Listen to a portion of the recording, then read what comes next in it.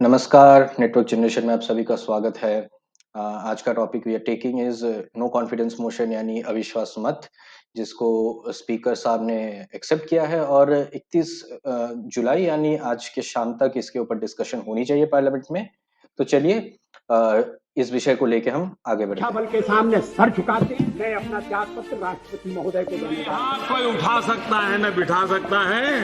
125 करोड़ देशवासी बिठा सकते हैं। 125 करोड़ सदन की अनुमति चाहता हूं। ये सभा मंत्री परिषद में विश्वास का अभाव प्रकट कर अध्यक्ष महोदय मैं निम्न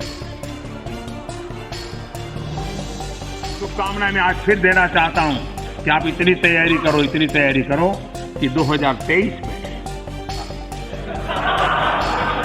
फिर से आपको अविश्वास प्रस्ताव लाने का मौका मिले। सत्ता का खेल तो चलेगा, सरकारें आएंगी जाएंगी, पार्टियां बनेगी बिगड़ेंगी, मगर ये देश रहना चाहिए। इस देश का लोकतंत्र अमर रहना चाहिए।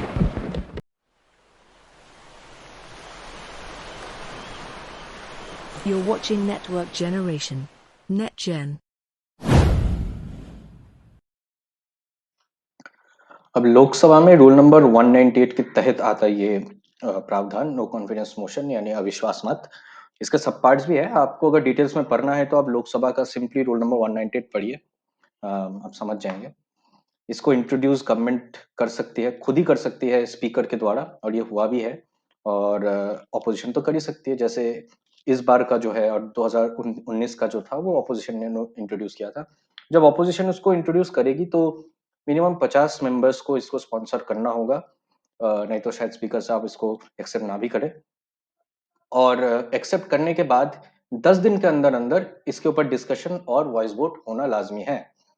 और हमारे केस में, इस बार के केस में, वो 31 तारीख को यानी आज डिस्कशन में आने वाली है।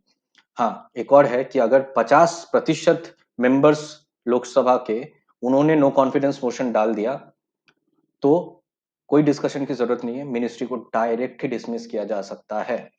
तो ये भी एक प्रावधान है, आपको जानना जरूरी है। इस इंफॉर्मेशन को लेके हम आगे बढ़ेंगे और समझेंगे कि ये बेसिकली दिया क्यों गया है, इसका अर्थ क्या है तो हमारे डेमोक्रेटिक सिस्टम में यानी रिप्रेजेंटेटिव डेमोक्रेटिक सिस्टम में। अब देखिए, हमारे गणतंत्र में नो कॉन्फिडेंस मोशन का क्या स्थान है, क्यों जरूरी है, इसका अर्थ क्या है, ये समझने से पहले हमको समझना होगा कि हमारा जो गणतंत्र है वो बेसिकली है क्या। तो कभी भी जब वोट होती है, जनरल इलेक्शंस होती है, आम चुनाव जिसको कहते हैं, तो हम सोचते हैं कि हम जो है प्राइम मिनिस्टर यानी सरकार को नियुक्त कर रहे हैं, जबकि ये सही भी है, बट जबकि नियम अनुसार ये नहीं है। ऐसा नहीं है, नियम अनुसार ये है कि हम लोकसभा को नियुक्त करते हैं, लोकसभा के मेंबर्स को। और वो मेंबर्स जो है वो डिसाइड करते हैं कि लोकसभा का लीडर कौन है, यानी who is the leader of the Lok Sabha. Okay. और वो लीडर ऑफ द लोकसभा जो होता है वो जनरली प्राइम मिनिस्टर होता है, और वो प्राइम मिनिस्टर अपने लोकसभा से चुनते हैं मिनिस्टर्स को। तो ये है सिस्टम। अब प्राइम मिनिस्टर यानी लीडर ऑफ द लोकसभा और उन लीडर की जो मिनिस्ट्री है वो तभी अ, उसकी वो लेजिटिमेट तभी होगी जब लोकसभा यानी जिनको हमने नियुक्त किया था उनका विश्वास उस लीडर पे बना रहे। तो ये तो चेक कर सकते हैं बीच में, और चेक करने के लिए ही ये प्रावधान है कि नो कॉन्फिडेंस मोशन लाया जा सकते हैं। हालांकि हर 5 साल में जो चुनाव होते हैं उसमें चेक होता है, पर ये जरूरी नहीं कि 5 साल में पूरे के पूरे 5 साल ही सारे के सारे मेंबर्स जो है या फिर जो 50% से अबव जो लोकसभा है वो that will trust the government और the trust the prime minister और द लीडर। तो बीच में भी तो जा सकती है ना। तो वो जो बीच में जाने का जो अपॉर्चुनिटी, ये जो चांस है ट्रस्ट जाने का, उसको चेक करने का ये मेथड है कि आप नो कॉन्फिडेंस मोशन लेके आओ, जो कि अभी हम खुद देखेंगे जब डिस्कशन आएगा। इसमें लोग वोट करेंगे अल्टीमेटली डिस्कशन और डिबेट के बाद कि ये जो प्रधानमंत्री नरेंद्र मोदी द्वारा लीड की गई जो गवर्नमेंट है उसके ऊपर लोकसभा को यानी 50% से ज्यादा लोगों को विश्वास है कि नहीं। तो इस नो कॉन्फिडेंस मोशन को इंट्रोड्यूस किया है यूनिफाइड ऑपोजिशन यानी जो इंडिया है उन्होंने। और इंडिया, आई मीन, आप सब तो जानते ही होंगे, Indian national democratic inclusive alliance जो है, जो नई बनी है, उन्होंने इंट्रोड्यूस किया है। और इंट्रोड्यूस करने का जो वजह उन्होंने बताया है, वो यह है कि government is trying to bring एक नया NCT national capital territory of Delhi जो है उसको लेके एक बिल लेके आई है, ड्राफ्ट है वो अभी भी। तो बेसिकली उस बिल में यही कोशिश की गई है कि दिल्ली गवर्नमेंट को पूरी तरीके से वीकेन की जाए। एक तो सर्विसेज को हटा दो उससे, उनके कंट्रोल से, फिर आप ये हटा दो कि उनके पावर में से ये हटा दो कि आप वो सीनियर ऑफिशियल्स को ट्रांसफर वगैरह कर पाए।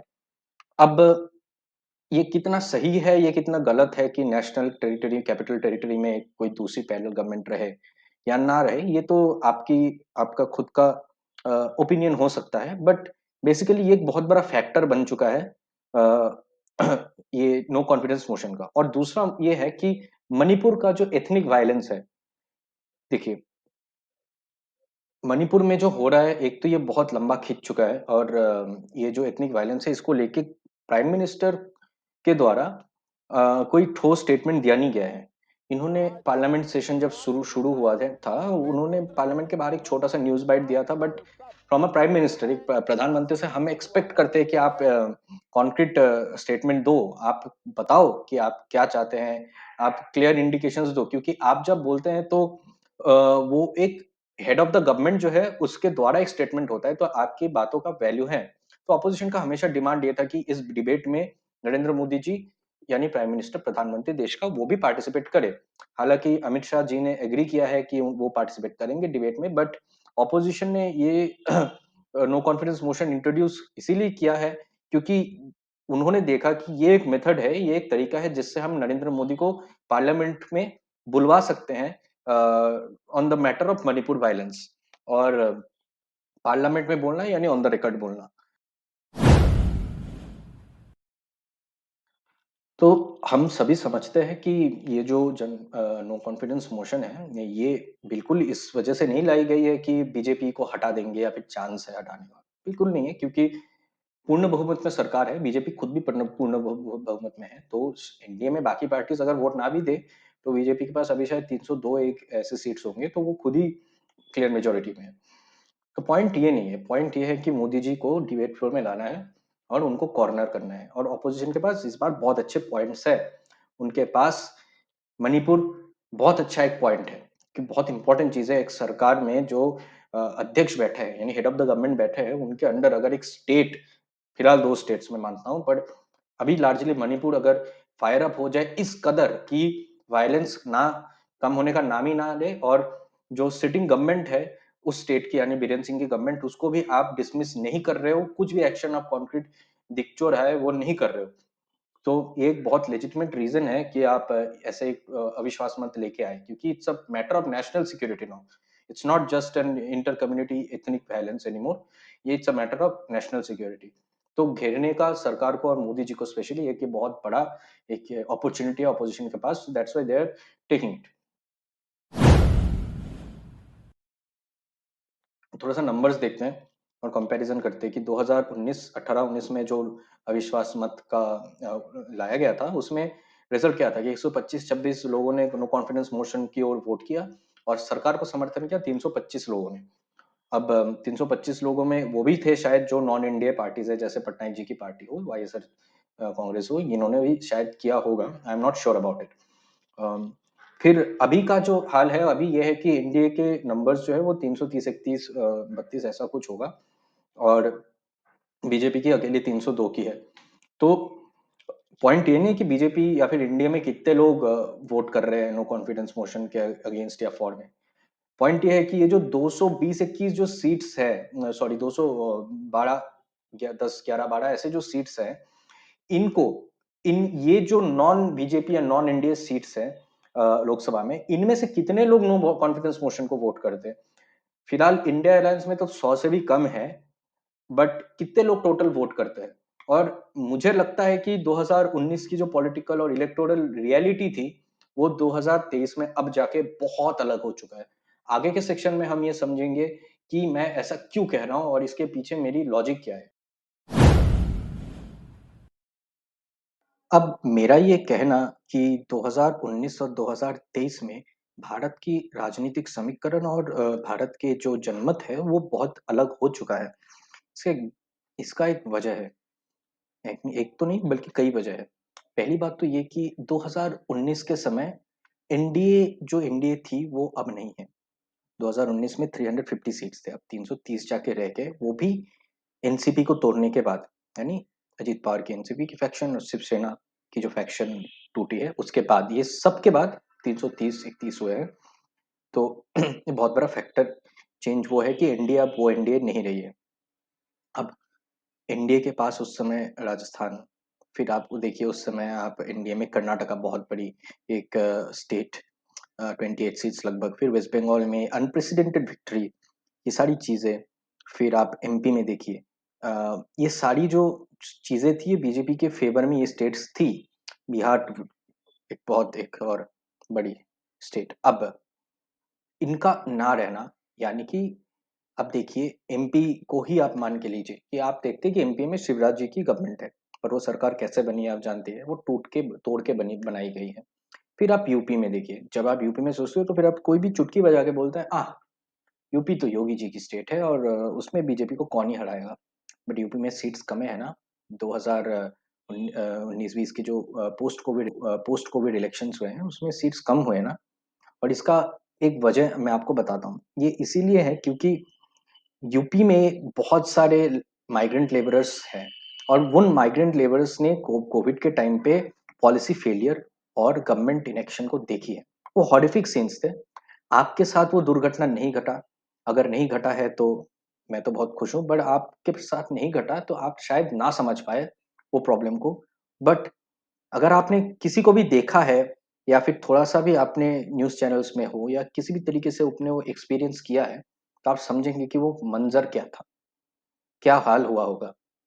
तो उनके पास, ऑपोज़िशन के पास, इंडिया अलायंस के पास एक बहुत बड़ी अपॉर्च्युनिटी है कि आप इस चीज़ को एक्सप्लॉइट करें और इसको एक्सप्लॉइट मतलब इसका यूज़ करें। फिर आप देखिए कि यूपी में पिछली बार ये महागठबंधन का चक्कर हो गया था जिसके वजह से बीजेपी को बहुत बड़ा एक एडवांटेज मिला है। यूपी में कास्ट फैक्टर, नॉर्थ इंडिया में स्पेसिफिकली यूपी में कास्ट फैक्टर बहुत बड़ा एक इलेक्शन में बहुत बड़ा एक चीज है, फैक्टर है। अब ये वाला अगर इस समय Samajwadi party is in support of Congress, तो यादवों की जो पार्टी है वो कांग्रेस के सपोर्ट में आना और उनके पास मुस्लिम वोट का भी होना पूरी तरीके से, ये तो बहुत जो मैथमेटिक्स है पूरी तरीके से चेंज करती है। मैथमेटिक्स को हम माइक्रो लेवल में और एनालाइज करेंगे तो पूरी तरीके से पिक्चर क्लियर हो जाएगी कि क्या हो सकता है, पॉसिबिलिटी है, बट ओवरऑल आपको आइडिया लग ही रहा होगा। फिर बिहार में आप देखिए, बिहार में जेडीयू और RJD, RJD specially enjoys a lot of support, बहुत सपोर्ट है उनके पास बिहार में, और जेडीयू का भी। तो आप ये मत समझिए कि बीजेपी के पास केक वॉक है। बंगाल में देखिए पोस्ट इलेक्शन लोकसभा के बहुत बड़ी एक वायलेंस हुई थी। उस वहां पे जो बीजेपी के कार्डर है उन्होंने देखा कि बीजेपी ने लिटरली कुछ नहीं किया उनके लिए, दे सफर्ड। तो नॉर्थ बंगाल को छोड़ के मुझे नहीं लगता है कि बीजेपी के पास वो आने वाले हैं सीट्स जो कि पिछली बार आए थे। तो this is one more factor. फिर कर्नाटका बहुत सारी सीट्स ले जाएगी, लेके डूबेगी। फिर राजस्थान, हरियाणा और पंजाब, इन जहां पे कृषि प्रधान स्टेट्स है, एग्रीकल्चर, वहां पे farmers are not really going to support the Bharatiya Janata party, क्योंकि फार्म लॉस ने पूरी की पूरी नैरेटिव घुमा दी है। फिर आप नॉर्थ ईस्ट में देखिए, वहां पे यूसीसी, फिर एनआरसी, इन सबको लेके ऑपोजिशन है। फिर आप मान बोल सकते हैं ना यार नॉर्थ ईस्ट में कितनी सीट्स हैं, बट वो चले जाना।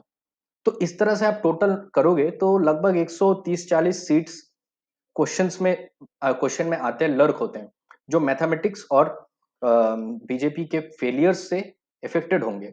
और ये 130-40 जो सीट्स है, ये पूरी की पूरी इलेक्शन को घुमा सकती है। तो अब आते हैं कि एनडीए और इंडिया दोनों जो है, इनकी स्ट्रेटेजी क्या रह सकती है। बीजेपी के पास और एनडीए के पास एक सबसे बड़ी उनकी स्ट्रेंथ है कि उनके पास नेशनलिज्म, हिंदुत्व है और साथ में थोड़ी बहुत वेलफेयर भी है। और लास्ट में आता है नरेंद्र मोदी की जो छवि है। तो ये चार चीजें जो है वो बीजेपी को हमेशा जितवाती रही है। हर इलेक्शन के पहले कुछ ना कुछ कर देना, जिससे एक नेशनलिज्म बूस्ट हो जाए, ये एक बीजेपी की स्ट्रेटेजी रही है। बट इस समय वो नहीं कर पाएंगे, शायद कोशिश करे कुछ चाइना वाइना के साथ सुधार हो या फिर ऐसा कुछ हो या फिर एक ऐसा मेगा स्टेज में नरेंद्र मोदी को लेके दिखाया जाए जिससे देशभक्ति बूस्ट हो, कुछ ऐसा कर सकते हैं, they can come up with something like that. But अब क्योंकि ये स्टोरी जो है लोग बहुत बार देख चुके हैं, तो ये वो इफेक्ट नहीं देगी जो हर बार देती है। तो दैट इज वन। फिर Narendra Modi, the strong man who, मतलब जिसके अंदर देश बहुत सुरक्षित है, वो इमेज मणिपुर ने बहुत बुरी तरीके से डैमेज किया है और भी आगे करेंगी जब तक वो नहीं करता। और बीरेन्द्र सिंह को डिसमिस ना करना और एक स्ट्रॉन्ग लीडरशिप ना दिखाना वहां पे अब तक ये it is going against Narendra Modi, the person of Narendra Modi. ये एक बहुत बड़ा फैक्टर है। और फिर आप देखिए कि जो बीजेपी की जो वोटर बेस रही है वो एक बेल्ट में रही है। उस बेल्ट से अगर थोड़ी बहुत भी इधर उधर होती है तो नंबर्स एकदम पूरी तरीके से बिगड़ जाती है। और इंडिया अलायंस जो है ना, ये स्ट्रेटेजी क्या ले सकती है कि अभी जो मैंने ये माइग्रेंट लेबरर्स की कही है, मैंने यहाँ पे वो वेलफेयर सिक्योरिटी स्कीम्स जो उनको सुरक्षा प्रदान करे, ऐसी स्कीम्स के ऐलान कर सकते हैं। और ये जो चीजें हैं ना, जो बीजेपी जिसको काउंटर करने के लिए रेवरी वर्ड यूज करती है, ये स्कीम्स बहुत काम करती है। कर्नाटका में कांग्रेस में इलेक्शन को स्विंग किया है। कर्नाटका का जो एथनिक और जो कम्युनिटी का जो फीलिंग है, जिसको हम बोलते हैं एथनो नेशनलिज्म बोलते हैं, ये सब नेशनलिज्म बोलते हैं पॉलिटिक्स में, तो उसको बूस्ट करके वो जो नंदिनी वाला था वो वही था। एंड और साथ में बहुत सारे वेलफेयर स्कीम्स भी तो है, सिक्योरिटी स्कीम्स, तो काम किया। दिल्ली में अरविंद केजरीवाल, अगेन पंजाब में सेम केस। वेस्ट बंगाल, अगर आप वेस्ट बंगाल में ये सोचते हो कि मुस्लिम्स से वोट करते हैं, तो ये आप प्रोपेगेंडा में फंस गए। नॉन मुस्लिम्स भी ममता बनर्जी को वोट करती, क्योंकि Mamata Banerjee has given a lot of welfare schemes, students को कवर करने से शुरू करके बहुत सारे वेलफेयर स्कीम्स है। और ये काम करती है। आप ब्लाइंडली बोल सकते हो कि नहीं भाई Muslims are voting for Mamata that's why, but ऐसा नहीं है। Why are the Hindus not voting for Mamata in whole numbers? ऐसा नहीं है। सिर्फ नॉर्थ बंगाल वोट करती है ब्लाइंडली, और भी पार्ट्स है, but North Bengal largely, because North Bengal में एक वो जो डेवलपमेंट में इनइक्वालिटी है दूसरे पार्ट्स ऑफ बंगाल से, स्पेशली कोलकाता वगैरह से, तो इसीलिए वो होता है। बट इसमें ये नहीं है कि ये बीजेपी को ही सपोर्ट करते हैं, ये है कि वो ऑल्टरनेटिव चाहते हैं। So that is how they are surviving. तो स्टोरीज है। शिवसेना का एक पार्ट टूट जाना, एनसीपी का एक पार्ट टूट के आ जाना भी महाराष्ट्र को चेंज कर देती है। क्यों चेंज करती है? क्योंकि महाराष्ट्र में मराठी फैक्टर जो है वो बहुत इंपॉर्टेंट है। तो है रीजंस, कास्ट फैक्टर, सब नेशनल फैक्टर्स, वेलफेयर। और अगर इंडिया अलायंस जो है यूसीसी का जो ट्रैप फेंकने वाली है बीजेपी जस्ट इलेक्शन से कुछ दिनों पहले, ये जो ट्रैप है इसमें अगर वो नहीं पड़ती और इस सिचुएशन से टैक्टफुली निकल पाती है, तो इंडिया अलायंस के पास बहुत बड़ी एक अपॉर्चुनिटी है कि नरेंद्र मोदी की गवर्नमेंट को वो जो क्लियर मेजोरिटी है उससे हटा के नीचे लेके आए। और इसका बहुत बड़ा एक स्कोप है। ऐसा नहीं है कि ये हो ही नहीं सकता। सरकार तो इंदिरा गांधी और राजीव गांधी की भी स्ट्रांग थी, वो भी गए गवर्नमेंट, और वो अलायंसेस नहीं गिराए। और ये भी आपका सोचना है कि अलायंस के गवर्नमेंट में बड़े फैसले नहीं हो सकते, ये टोटली रॉन्ग है। क्योंकि न्यूक्लियर डील हो या फिर इकोनॉमिक रिफॉर्म्स हो, ये भी अलायंस में ही आए थे। वाजपेयी जी की न्यूक्लियर टेस्ट ये भी अलायंस में ही आई थी। तो ऐसा नहीं है कि अलायंस में कुछ भी नहीं हो सकता। So I would like to conclude my video by saying कि आने वाला इलेक्शन भारतीय जनता पार्टी को कभी भी टेकन फॉर ग्रांटेड नहीं लेनी चाहिए, बिल्कुल नहीं लेनी चाहिए। और साथ में वो फैक्टर तो है ही, the factor of anti incumbency, तो ये तो है ही। बट अगर हम ये भी मानते हैं कि मोदी जी के का जो इमेज है वो एंटी इनकम्बेंसी को एकदम व्हाइट वॉश करके भगा देगी, फिर भी बहुत सारे चैलेंजेस है। तो आगे की इलेक्शंस बहुत इंटरेस्टिंग होने वाली है। इसमें मैथमेटिक्स, स्टैटिस्टिक्स, समीकरण, इन सबका बहुत बड़ा एक योगदान रहेगा। एंड अभी का जो नो कॉन्फिडेंस मोशन है, ये एक पायलट प्रोजेक्ट है इंडिया अलायंस को टेस्ट करने का। आशा करता हूँ कि आप सभी को मेरा प्रेजेंटेशन अच्छा लगा है। आप बिल्कुल हमसे मतों का मेल नहीं हो सकता है, तो मतों का मेल अगर नहीं होता है तो आप बिल्कुल ओपिनियंस दीजिए।